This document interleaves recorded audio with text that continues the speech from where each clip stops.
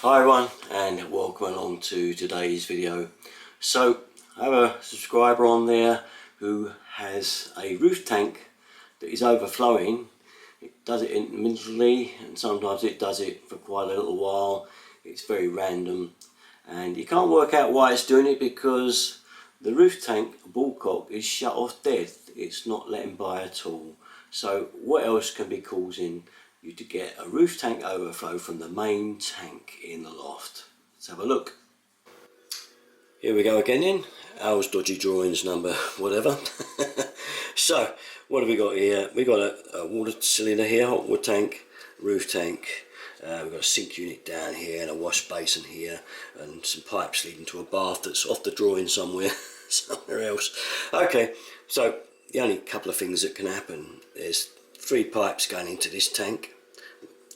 Okay, we've got the coal feed that comes down into the cylinder, the mains, and a vent. It actually doesn't connect into the tank, it just goes over the top of it. Okay, some tanks have a coal feed in the bathroom coming out the other side as well, but for this instance we just say this is what you've got. So what can go wrong?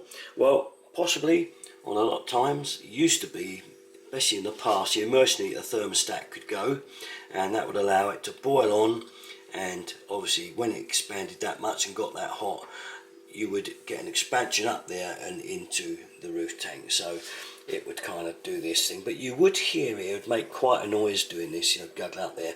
You'd get warm water coming out the overflow, so certainly you would know about it if it was a dodgy immersion.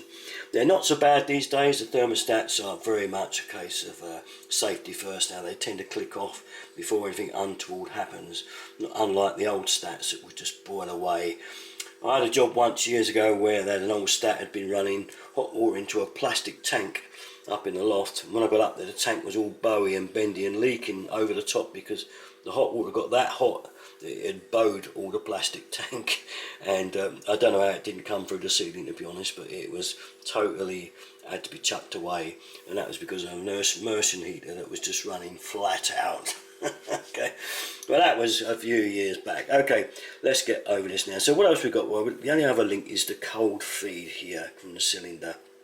So how can that fill up the other way around? Well, it can, because a lot of times these overflows occur when you've had a pair of new mixer taps fitted, whether it's in the wash basin or down here in the sink. So you kind of get a new tap fitted. It's a monoblock mixer. They are these days. If you tend, everyone wants to buy the mixer taps, and you connect up your cold main, which is coming from the main, so it comes up here and runs around to there and goes to the sink there, and obviously I'd say off to the bath, and you connect it up, and that's when you start to find the overflow started to run. And what's happening? Well, it is very easy these days with these mixer taps for the cold main to overpower the pressure of the hot and come back down and run into the tank that way. It will push in, and generally it'll either go up the cold feed or up the vent.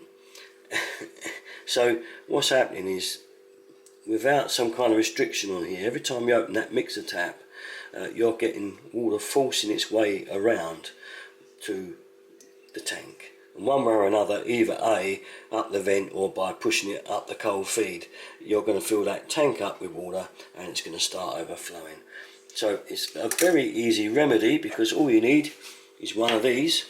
Okay, this is a non-return valve, and it's got to be fitted on the pipe work there, so that it's on the hot feed, so that when you do open that cold tap to operate your basin or your sink, what will happen, it will go up into the tap and not be able to go around the hot. We'll say this one's, which one's the hot here? Let's have a look. This one. So we say we don't want that to happen, so the cold feed will go up and it won't be allowed to go back down the hot feed and into the cylinder and back up into the roof tank. So it's a device that will stop and prevent that from happening. It's best to have them on all mixer taps, okay, there, and even if you've got them on the bath, put a non-return valve on, and it will prevent that cold water from overpowering the hot supply every time you open the mixer tap, and it's only when it's mixing. Obviously if it's just on the cold lever, you're okay, but once you start mixing it hot and cold, especially on a bar, and even with a basin where you want to wash your hands, you don't want it too hot, you don't want it too cold, and that's where you'd put the lever halfway across, lift it up and let it run for a while. Well, obviously all the while you're doing that, the cold is also pushing into the tank and up into the cold feed and away into the overflow, and away you go. That's about it. Just a query that I had, a little answer for you, hopefully help you out. You're doing a bit of plumbing and you've just especially fitted those mixer taps. Make sure you put one of these on it. Okay, thanks for watching. Catch me next time. All my videos, you know where to go. Derriton33. Thanks a lot, guys. Bye bye.